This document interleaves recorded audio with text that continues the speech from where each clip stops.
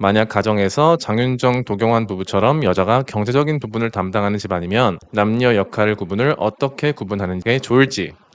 남자의 본성, 그러니까 재질은 질서고 여자의 본성이자 재질은 혼돈이다. 이런 얘기를 제가 언급을 몇 번 했었습니다. 남녀를 구분지을 수 있는 가장 본질적인 규정이라고 생각을 합니다. 남자를 질서, 여자를 혼돈으로 보면 자연스럽게 리더가 남자가 돼요. 왜냐하면 집에서 질서를 담당한다는 거. 그러니까 우리 가정을 운영하기 위한 어떤 근본적인 원칙을 설립을 하고 그 원칙을 집에서 이제 구현하기 위해서 어떤 집행자 역할을 맡는 거. 이거를 남자가 하는 것으로 딱 본다면은 이 경제적인 역할과 무관하게 남자가 자연스럽게 리더를 합니다.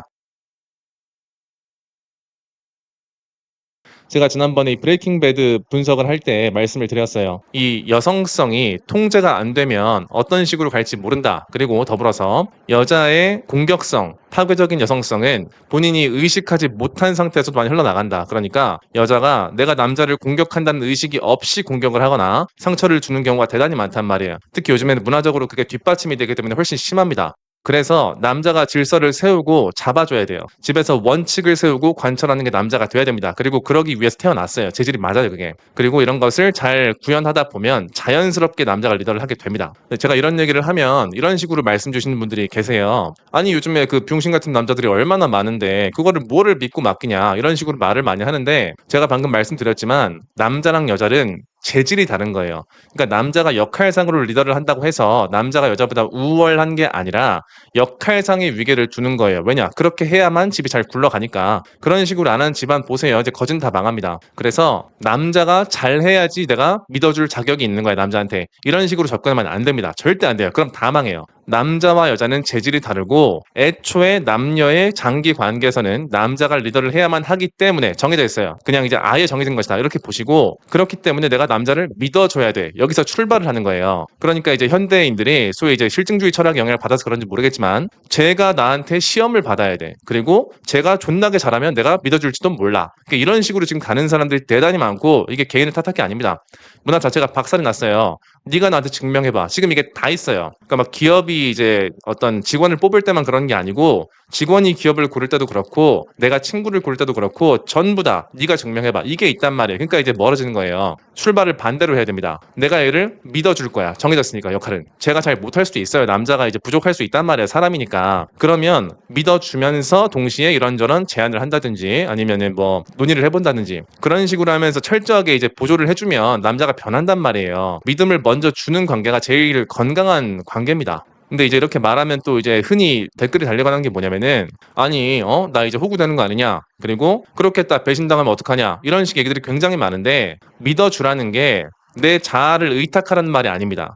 여자도 이 개인으로서 독립성이 있을 수 있는 거예요. 그래서 그거를 유지한 상태로 믿음을 주는 것도 얼마든지 가능해요. 그래서 그런 식으로 접근을 하시면 대단히 좋을 것 같고요. 얘기가 조금 돌아왔는데 그 질문으로 돌아가서 예를 들어서 장윤정 씨랑 뭐 도경환 씨 제가 잘은 모릅니다. 제가 우리나라 그 연예인분들 잘 몰라서 그 장윤정 씨가 돈을 많이 번다라고 해도 이 정신적인 재질이 남자가 결국 질서를 잡아주는 거기 때문에 이 도경환 씨라는 분이 저 진짜 몰라요. 그럼 아예 그분이 이 집에서 원칙을 세우는 그런 역할을 맡으면 돼요, 그냥. 예를 들어서 이제 부부 싸움을 했어. 막 확 하는데 장윤정 씨가 욱해가지고 막 쌍욕을 박았어요. 뭐 그럴 수 있잖아요. 그러면은 이제 그 남자분이 차분하게 이제 보고 있다가 마치 마음 챙김 명상을 하듯이 그러다가 그 분노 에너지가 소진이 됐다. 그러면은 딱 들어가가지고서 싸울 때 쌍욕을 박으면 안 된다라는 식의 원칙을 얘기를 하고 집요하게 관철하는 거. 뭐 이제 여자가 뭐라고 하든지 간에 여자의 재질이 혼돈이기 때문에 막 별의별 얘기 다 나올 수 있어요. 여자의 질서가 혼돈이라는 말은 다른 말로 하면 집안의 질서를 세우기에는 적합하지 않다는 거예요. 오히려 유연성을 부여하고 이 사랑에 에너지를 주고 이런 게 이제 적합하기 때문에 싸울 때 원칙 중심으로 싸우지 않을 가능성이 매우 높아요.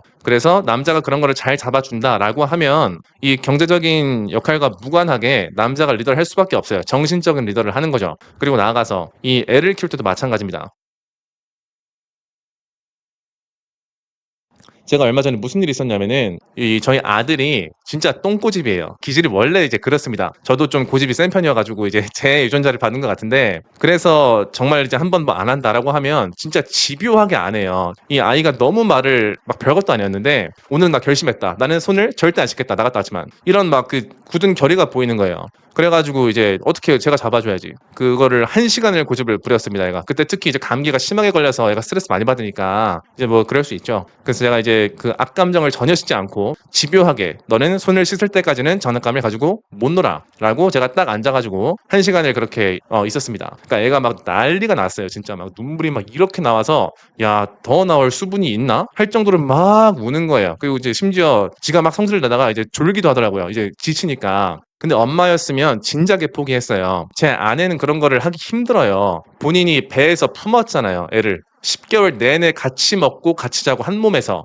그리고 나왔는데 너무 예쁘잖아요. 그러면 여자들은 그런 거를 잘 못해요. 진짜 이 원칙을 집요하게 관철하는 거에 약합니다. 그래서 남녀가 서로 보완을 하는 거거든요. 저는 이제 직관적으로 알거든요. 이런다고 얘 죽지는 않는다. 그리고 이 고집을 내가 반드시 꺾어줘야만 해. 왜냐면 고집을 안 꺾어주면은 이 어린이집 가서 난리 난단 말이에요. 그리고 나중에 컸을 때 안 좋아요. 그게 진짜 치명타로 안 좋습니다. 인성이 망가져요. 그렇기 때문에 무조건 관찰하는 거예요. 그리고 절대로 저는 이제 제가 끌고 가서 손을 씻기지는 않습니다. 본인이 나한테 납득이 돼서 완벽하게 납득이 돼서 본인 스스로 움직이는 게 이 훈육의 정석이에요. 그렇기 때문에 그렇게 만들기까지 1시간 넘게 제가 이제 거기서 앉아 있었고 결국에 손을 자발적으로 씻고 왔어요. 이런 것도 그 뭐 장윤정 씨 커플에서 남자분이 전담하시면 돼요. 이런 것도 남자가 하는 겁니다. 그러니까 남자가 이런 걸 잘하면은 당연히 리더가 되는 거예요. 돈을 얼마를 버는 건 상관이 없이. 제가 이 아이한테 한 것도 아내한테도 똑같이 해줘야 되는 거예요. 이런 집요한 원칙의 관철, 이게 질서죠. 집의 질서를 세우는 거죠. 이런 거를 하면은 남자가 리더를 할 수밖에 없다. 그리고 여자는 방금 말씀드렸지만 그런 거 약하기 때문에 남자를 믿어주는 게 중요하다. 이렇게 정리를 드리면은 좀 될 것 같습니다. 네, 플라워님 감사합니다. 이해가 너무 잘 됩니다. 네, 감사합니다.